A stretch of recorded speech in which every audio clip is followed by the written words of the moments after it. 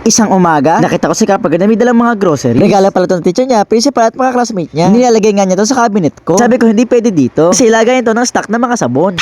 Tito Tuxie, bili mo na lang kasi ako ng lagayan ng sarili kong grocery. Gusto ni Kapag bili ko siya ng sarili niyang storage, pero wala nang space sa bahay. Hanggang sa nakita ko na meron na nakapirasong space doon sa pinakasulok ng bahay. Siguro dito pwede ako maglagay ng slim cabinet. At syempre dahil mabait ako tito at ono naman si Kapag girl, bumili ako nito slim cabinet. So mga kadugit, ito nga pala mga parts niya. At syempre meron din kasamang instructions. At ito nga nag-start na akong buuin. Step 1 kasi ilagay muna natin yung mga gulong. Tapos na ipagdidikit-dikitin natin yung mga layer. Ganyan yung mga kadugit, ganito lang ka-basic o. Bali patong-patong lang naman siya. Tapos na ako sa second layer. Ngayon naman dito naman tayo sa third layer. Di ba mga kadugit, ang ganda na kulay niya. Tapos ang ganda rin ng pinakapintuan niya. Aesthetic tsaka transparent para makita ko yung loob. Dito na nga tayo sa last layer. Kabit na labitan at bubong. And finish na. Oh, di ba mga kadugit, sobrang ganda. At eto nga nalagay ko na nga to sa sulok. Grabe mga kadugit, akala mo sinukat. Kasi di na niya naman saktong-sakto. Kaya pala tinawag siya na slim cabinet. Kung maliit lang din ang bahay niyo katulad ng bahay ko. Sa space saver, pwede sa atin tong slim cabinet. Ginawa talaga siya para sa mga sulok-sulok. O di ba ang ganda tsaka ang aesthetic na kulay niya. Tamang-tama meron na storage si Kapag girl. Ngayon naman ilalagay na natin dito yung mga groceries ni Kapag girl. Sobrang dami nga rin pala malalagay dito. Hindi na talaga siya pang groceries. Bahala kayo kung gusto niyo ilagay. May mga nakikita nga ako nilalagay nila dito mga tissue, mga wipes, mga ganon. Pero sakto dahil wala kami stock ng groceries, si groceries na lang ilalagay namin dito. At dito nga tayo sa pinakalas layer. Grabe mga kadugit na nagkasya talaga lahat. Yung iba nga maluwag pa eh. CNN, o diba ang ganda? Naku sigurado kapag nakita to ni Kapag girl talagang tuwang-tuwa yun.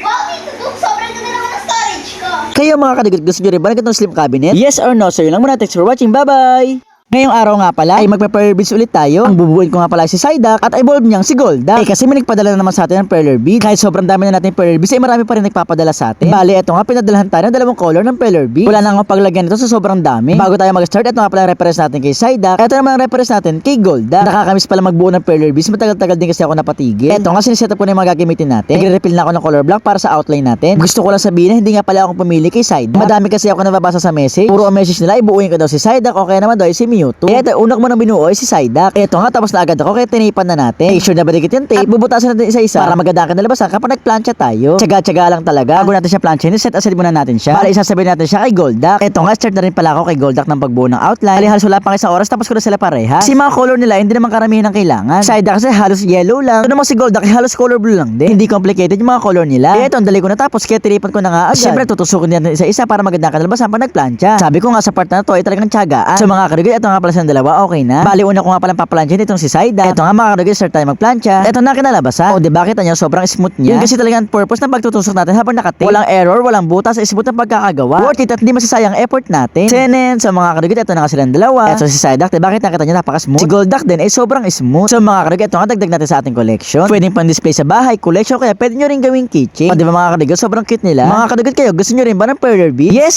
or no? At bakit? So yun lang muna, thanks for watching. Bye bye!